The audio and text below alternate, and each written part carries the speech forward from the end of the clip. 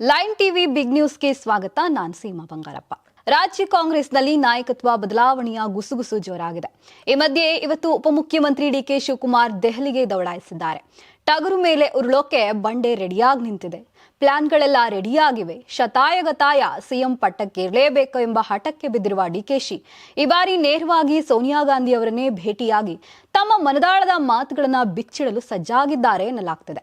ದೆಹಲಿಯಲ್ಲೇ ವಾಸ್ತವ್ಯ ಹೂಡಲಿರುವ ಡಿಕೆಶಿ ಹೈಕಮಾಂಡ್ ನಾಯಕರ ಮುಂದೆ ಪ್ರಮುಖವಾಗಿ 5 ಅಸ್ತ್ರಗಳನ್ನ ಪ್ರಯೋಗಿಸಲು ತಯಾರಿ ನಡೆಸಿದ್ದಾರೆ. ಡಿಕೆಶಿ ಪ್ರಮುಖ ವಾದಗಳೇನು? ನಾಯಕತ್ವ ಬದಲಾವಣೆಗೆ ಮತ್ತು ಸಿಎಂ ಸ್ಥಾನಕ್ಕೆ ತಮ್ಮನ್ನ ಪರಿಗಣಿಸಲು ಇದೇ ಸುಸಮಯ. ರಾಜ್ಯದಲ್ಲಿ ಪಕ್ಷ ಸೊರಗಿದ್ದಾಗ ಕೆಪಿಸಿಸಿಗೆ ಹೊಸ ವರ್ಚಸ್ಸು ತಂದಿದ್ದೇನೆ. ನನ್ನ ನೇತೃತ್ವದಲ್ಲಿ 136 ಸ್ಥಾನಗಳನ್ನ ಗೆಲ್ಲಿಸಿ ಪಕ್ಷದ ಬದ್ಧತೆಗಾಗಿ ಹಗಲಿರುಳು ಶ್ರಮಿಸಿದ್ದೇನೆ. ಶ್ರಮಕ್ಕೆ ತಕ್ಕ ಪ್ರತಿಫಲ ಬೇಕು. ಸ್ಥಳೀಯ ಚುನಾವಣೆಯ ಹೊತ್ತಿನಲ್ಲಿ ರಾಜ್ಯದಲ್ಲಿ ಬಿಜೆಪಿ ಮತ್ತು ಜೆಡಿಎಸ್ ನಾಯಕರು ಒಗ್ಗಟ್ಟಾಗ್ತಿದ್ದಾರೆ. ಹಾಗಾಗಿ ಮುಂಬರುವ ಸವಾಲುಗಳನ್ನ ಎದುರಿಸಲು ನಾಯಕತ್ವ ಬದಲಾವಣೆ ಅನಿವಾರ್ಯ ಎಂಬುದನ್ನ ಮನವರಿಕೆ ಮಾಡಿಕೊಳ್ಳಲಿದ್ದಾರೆ. ಹೈಕಮಾಂಡ್ನ ಮೌನದಿಂದಲೇ ರಾಜ್ಯ ನಾಯಕರಲ್ಲಿ ಮತ್ತು ಕಾರ್ಯಕರ್ತರಲ್ಲಿ ಗೊಂದಲಗಳು ಸೃಷ್ಟಿಯಾಗ್ತಿವೆ. ಹೈಕಮಾಂಡ್ ಸ್ಪಷ್ಟ ಸಂದೇಶ ನೀಡಲೇಬೇಕು ಎಂದು ಡಿಕೆಶಿ ಒತ್ತಾಯಿಸಿದ್ದಾರೆ. ಬೆಂಬಲಿಗರು ನಿರೀಕ್ಷೆಯ ಜೊತೆಗೆ ಸದ್ಯ ಸೈಲೆಂಟ್ ಆಗಿದ್ದಾರೆ. ಅವರ ತಾಳ್ಮೆ ಪರೀಕ್ಷಿಸುವುದು ಬೇಡ ಎಂಬ ಎಚ್ಚರಿಕೆಯ ಸಂದೇಶವನ್ನ ರವಾನಿಸುವ ಸಾಧ್ಯತೆ ಇದೆ ಎನ್ನಲಾಗ್ತಿದೆ. ನಾನು ಹಾಗೂ ಸಿದ್ದರಾಮಯ್ಯ ಅವರು ಏನ್ ಮಾತನಾಡ್ಕೊಂಡಿದ್ದೇವೆ ಎಂಬುದು ನಮಗ್ ಗೊತ್ತಿದೆ. ನಾವಿಬ್ರು ಕದ್ದು ಮುಚ್ಚಿ ಮಾತನಾಡ್ಕೊಂಡಿಲ್ಲ. ನಮ್ಮ ಪಕ್ಷದ ವರಿಷ್ಠರು ಎಲ್ಲ ಸೇರಿ ಮಾತನಾಡ್ಕೊಂಡಿದ್ದೇವೆ. ಎಲ್ಲರೂ ಬಾಯಿ ಮುಚ್ಕೊಂಡು ಇದ್ರೆ ಒಳ್ಳೆಯದು ಎಂದು ಮಲ್ಲಿಕಾರ್ಜುನ ಖರ್ಗೆ ಸಾಹೇಬರು ಹೇಳಿದ್ದಾರೆ. ಅದನ್ನ ನಾವು ಪಾಲನೆ ಮಾಡಬೇಕು ಎಂದು ಡಿಕೆ ಶಿವಕುಮಾರ್ ಅವರು ತಿಳಿಸಿದ್ರು. ಸದಾಶಿವನಗರದ ನಿವಾಸದ ಬಳಿ ಮಾತನಾಡಿದ ಅವರು, ನನ್ನ ಪರ ವಿರುದ್ಧ ಹೇಳಿಕೆಗಳನ್ನ ಶಾಸಕರು, ಸಚಿವರು ಯಾರೇ ನೀಡ್ತಿರ್ಬೋದು. ಈ ಹೇಳಿಕೆಗಳು ಪಕ್ಷಕ್ಕೆ ಹಾನಿ ಮಾಡುವ ಹೇಳಿಕೆಗಳೇ ಹೊರತು ಪಕ್ಷಕ್ಕೆ ಒಳ್ಳೆಯದನ್ನ ಮಾಡುವ ಹೇಳಿಕೆಗಳಲ್ಲ. ಯಾವ ವಿಚಾರದಲ್ಲೂ ಯಾವುದೇ ಗೊಂದಲ ಇಲ್ಲ. ನಾನು ಮತ್ತು ಸಿದ್ದರಾಮಯ್ಯ ಏನ್ ಮಾತನಾಡ್ಕೊಂಡಿದ್ದೇವೆ ಎಂಬುದು ನಮಗ್ ಗೊತ್ತಿದೆ. ನಾವು ಕದ್ದು ಮುಚ್ಚಿ ಮಾತನಾಡ್ಕೊಂಡಿಲ್ಲ ಎಂದು ವರಿಷ್ಠರ ಜೊತೆಗೂ ಚರ್ಚೆ ಮಾಡಿದ್ದೇವೆ. ಬೇರೆಯವರು ಟೆನ್ಷನ್ ತೆಗೆದುಕೊಳ್ಳುವುದರಿಂದ ಅಥವಾ ಹೇಳಿಕೆ ನೀಡುವುದರಿಂದಲೂ ಏನೂ ಬದಲಾಗುವುದಿಲ್ಲ. ಇದರಿಂದ ಯಾವುದೇ ಪ್ರಯೋಜನ ಕೂಡ ಆಗೋದಿಲ್ಲ ಎಂದು ಡಿಕೆ ಶಿವಕುಮಾರ್ ಹೇಳಿದ್ದಾರೆ. ಈ ಹೇಳಿಕೆಗಳ ಮೂಲಕ ಪರ ವಿರುದ್ಧ ಹೇಳಿಕೆ ನೀಡುತ್ತಿರುವ ಅವರಿಗೂ ವಿಶೇಷವಾಗಿ ಸಿಎಂ ಪುತ್ರ ಯತೀಂದ್ರ ಅವರಿಗೆ ಡಿಕೆ ಶಿವಕುಮಾರ್ ಪರೋಕ್ಷವಾಗಿ ಟಾಂಗ್ ನೀಡಿದ್ದಾರೆ ಎಂಬ ವಿಶ್ಲೇಷಣೆಗಳು ಕೇಳಿಬರುತ್ತಿವೆ. ರಾಜ್ಯ ಕಾಂಗ್ರೆಸ್ನಲ್ಲಿ ನಾಯಕತ್ವ ಬದಲಾವಣೆಯ ಗುಸುಗುಸು ಜೋರಾಗಿದೆ. ಬಜೆಟ್ಗೆ ಮುನ್ನವೇ ಉಪಮುಖ್ಯಮಂತ್ರಿ ಡಿಕೆ ಶಿವಕುಮಾರ್ ದೆಹಲಿಯಲ್ಲಿ ಠಿಕಾಣಿ ಹೂಡಿದ್ದು ಸಿಎಂ ಹುದ್ದೆಗಾಗಿ ಹೈಕಮಾಂಡ್ ನಾಯಕರ ಮನವೊಲಿಕೆಗೆ ಕಸರತ್ತು ನಡೆಸಿದ್ದಾರೆ ಎಂದು ತಿಳಿದು ಬಂದಿದೆ. ಶತಾಯಗತಾಯ ಸಿಎಂ ಪಟ್ಟಕ್ಕೇರಲೇಬೇಕೆಂಬ ಹಠಕ್ಕೆ ಬಿದ್ದಿರುವ ಡಿಕೆಶಿ ಈ ಬಾರಿ ನೇರವಾಗಿ ಸೋನಿಯಾ ಗಾಂಧಿ ಅವರನ್ನೇ ಭೇಟಿಯಾಗಿ ತಮ್ಮ ಮನದಾಳದ ಮಾತುಗಳನ್ನು ಬಿಚ್ಚಿಡಲು ಸಜ್ಜಾಗಿದ್ದಾರೆ ಎನ್ನಲಾಗ್ತಿದೆ. ಡಿಕೆ ಶಿವಕುಮಾರ್ ಅವರ ಈ ಕದ್ದು ಮುಚ್ಚಿ ತಂತ್ರಗಾರಿಕೆಗೆ ಸಿಎಂ ಸಿದ್ದರಾಮಯ್ಯ ಕೆಂಡಾಮಂಡಲರಾಗಿದ್ದಾರೆ. ಡಿಕೆಶಿ ಹೇಳಿಕೆ ವಿಚಾರಕ್ಕೆ ಪರೋಕ್ಷವಾಗಿ ಟಾಂಗ್ ಕೊಟ್ಟ ಸಿಎಂ ಸಿಡಿಮಿಡಿಗೊಂಡು ಡಿಕೆಶಿ ಹತ್ರನೇ ಕೇಳಿ ಹೈಕಮಾಂಡ್ ತೀರ್ಮಾನ ಅಂತಿಮ, ಹೈಕಮಾಂಡ್ ಹೇಳಿದ್ದೇ ಅಂತಿಮ ತೀರ್ಮಾನ, ಪದೇ ಪದೇ ಯಾಕೆ ಕೇಳ್ತೀರಾ?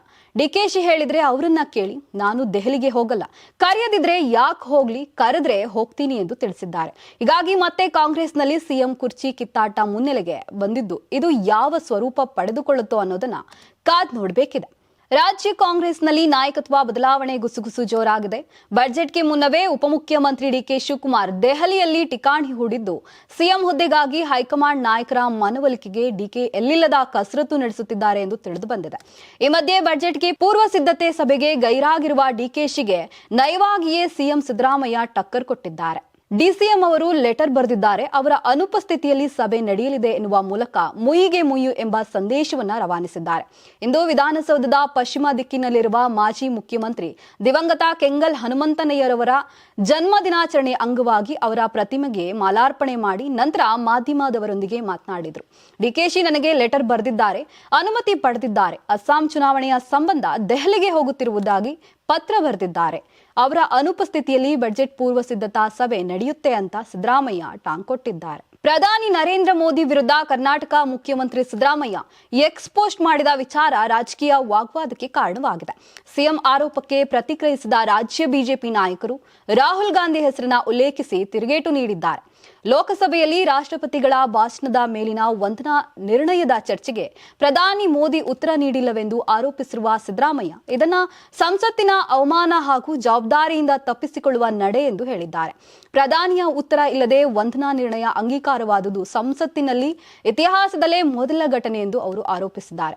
ಇದಕ್ಕೆ ಪ್ರತಿಕ್ರಿಯಿಸಿದ ರಾಜ್ಯ ಅಧ್ಯಕ್ಷ ಬಿವೈ ವಿಜೇಂದ್ರ ಪ್ರಧಾನಿ ನರೇಂದ್ರ ಮೋದಿ ಅವರು ಸಂಸತ್ ಭವನದಲ್ಲೇ ಇದ್ದು ರಾಜ್ಯಸಭೆಯಲ್ಲಿ ದಿಟ್ಟವಾಗಿ ಮಾತನಾಡಿದ್ದಾರೆ ಎಂದು ಸ್ಪಷ್ಟಪಡಿಸಿದ್ದಾರೆ.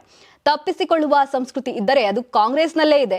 ಇದಕ್ಕೆ ಉದಾಹರಣೆಯಾಗಿ ರಾಹುಲ್ ಗಾಂಧಿಯವರನ್ನೇ ನೋಡಬಹುದು ಎಂದು ತಿರುಗೇಟು ನೀಡಿದ್ದಾರೆ. ಇದೇ ವೇಳೆ ಕರ್ನಾಟಕದಲ್ಲಿ ಕಳೆದ 1 ವರ್ಷದಿಂದ ಸಿಎಂ ಪದವಿ ವಿಚಾರವಾಗಿ ಗೊಂದಲ ಮುಂದುವರೆದಿದ್ದು, ಸಮಸ್ಯೆ ಬಗೆಹರಿಬೇಕಾದ್ರೆ ಕಾಂಗ್ರೆಸ್ ಹೈಕಮಾಂಡ್ ನಾಯಕ ರಾಹುಲ್ ಗಾಂಧಿ ಕೈಗೆ ಸಿಗುತ್ತಿಲ್ಲ ಎಂದು ಬಿಜೆಪಿ ಟೀಕಿಸಿದೆ. ಮೊದಲು ರಾಹುಲ್ ಗಾಂಧಿಯವರು ಎಲ್ಲಿದ್ದಾರೆಂದು ಹುಡುಕಿ ಮುಖ್ಯಮಂತ್ರಿ ಸ್ಥಾನದ ಕಗ್ಗಂಟು ಬಿಡಿಸಿಕೊಳ್ಳಿ ಎಂದು ಸಿಎಂ ಹಾಗೂ ಡಿಕೆ ಶಿವಕುಮಾರ್ ಅವರಿಗೆ ಬಿಜೆಪಿ ತಿವಿದಿದೆ. ಸಿಎಂ ಸಿದ್ದರಾಮಯ್ಯ ಅವರ ಮಗನಿಂದಲೇ ಸಿದ್ದರಾಮಯ್ಯ ಅವರಿಗೆ ಕೆಟ್ಟ ಹೆಸರು ಬರ್ತಿದೆ. ವರ್ಗಾವಣೆಯ ದಂಧೆ ನಡೆಸಿ ತಂದೆಗೆ ಮುಜುಗರ ಆಗುವಂತೆ ನಡೆದುಕೊಳ್ತಿದ್ದಾರೆ. ಕಾಂಗ್ರೆಸ್ ಹೀನಾಯವಾಗಿ ಸೋಲು ಕಾದಿದೆ. ಮೈಸೂರು ಅಭಿವೃದ್ಧಿ ನಿರ್ಲಕ್ಷ್ಯ ಮಾಡಲಾಗ್ತಿದೆ ಎಂದು ಸಾಲು ಸಾಲು ಆರೋಪಗಳನ್ನ ಪ್ರತಾಪ್ ಸಿಂಹ ಮಾಡಿದ್ದಾರೆ. ನಾಳೆ ಬೆಳಗ್ಗೆ ಬಿಬಿಎಂಪಿ ಮೈಸೂರು ಪಾಲಿಕೆ ಚುನಾವಣೆ ನಡೆದ್ರೆ ಕಾಂಗ್ರೆಸ್ ಧೂಳಿಪಟ ಆಗುತ್ತೆ. ಸ್ಥಳೀಯ ಸಂಸ್ಥೆ ಚುನಾವಣೆ ಮಾಡಲು ಕಾಂಗ್ರೆಸ್ಗೆ ಧೈರ್ಯ ಇಲ್ಲ, ಅಧಿಕಾರ ಹಸ್ತಾಂತರ ಇಲ್ಲ ಎಂಬ ಯತೀಂದ್ರರ ಹೇಳಿಕೆ ಅವರ ತಂದೆಯ ಮನದ ಮಾತು. ಒಟ್ಟಿನಲ್ಲಿ ಯತೀಂದ್ರ ಸಿದ್ದರಾಮಯ್ಯ ಅವರ ಅಧಿಕಾರ ಬದಲಾವಣೆ ಕುರಿತು ಹೇಳಿಕೆಗಳು ಡಿಕೆ ಬೆಂಬಲಿಗರಿಂದ ಭಾರೀ ಟೀಕೆಗೆ ಗುರಿಯಾದ ಬೆನ್ನಲ್ಲೇ ವರ್ಗಾವಣೆ ದಂಧೆಯ ಕುರಿತು ಪ್ರತಿಪಕ್ಷಗಳು ಟೀಕಿಸುತ್ತಿವೆ. ಲೋಕಸಭಾ ಸ್ಪೀಕರ್ ಓಂ ಬಿರ್ಲಾ ಅವರನ್ನ ಅಧಿಕಾರದಿಂದ ಪದಚ್ಯುತಿಗೊಳಿಸುವ ಸಲುವಾಗಿ ನೋಟಿಸ್ ಜಾರಿ ಮಾಡಿದ ವಿರೋಧ ಪಕ್ಷಗಳ ವಿರುದ್ಧ ಬಿಜೆಪಿ ಮಂಗಳವಾರ ವಾಗ್ದಾಳಿ ನಡೆಸಿದೆ. ಕಿತ್ತು ಹಾಕಬೇಕಾದುದು ಲೋಕಸಭಾ ಸ್ಪೀಕರ್ ಅವರನ್ನಲ್ಲ, ಬದಲಿಗೆ ವಿರೋಧ ಪಕ್ಷದ ನಾಯಕ ರಾಹುಲ್ ಗಾಂಧಿ ಮತ್ತು ಕಾಂಗ್ರೆಸ್ ಪಕ್ಷವನ್ನ ರಾಜಕೀಯದಿಂದಲೇ ಓಡಿಸುವ ಸಮಯ ಬಂದಿದೆ ಎಂದು ಬಿಜೆಪಿ ಹೇಳಿದೆ. ಸಂವಿಧಾನಿಕ ಹುದ್ದೆಗಳ ಮೇಲೆ ದಾಳಿ ಈ ಕುರಿತು ಸುದ್ದಿಗಾರರೊಂದಿಗೆ ಮಾತನಾಡಿದ ಬಿಜೆಪಿ ರಾಷ್ಟ್ರೀಯ ವಕ್ತಾರ ಸಂಬಿತ್ ಪಾತ್ರ, ತಮ್ಮದೇ ತಪ್ಪುಗಳಿಂದಾಗಿ ಜನರಿಂದ ತಿರಸ್ಕೃತಗೊಂಡವರು ಈಗ ಸಂವಿಧಾನಿಕ ಹುದ್ದೆಯಲ್ಲಿ ಇರುವವರನ್ನ ಪದಚ್ಯುತಿಗೊಳಿಸಲು ಬಯಸುತ್ತಿದ್ದಾರೆ ಎಂದು ವ್ಯಂಗ್ಯವಾಡಿದರು.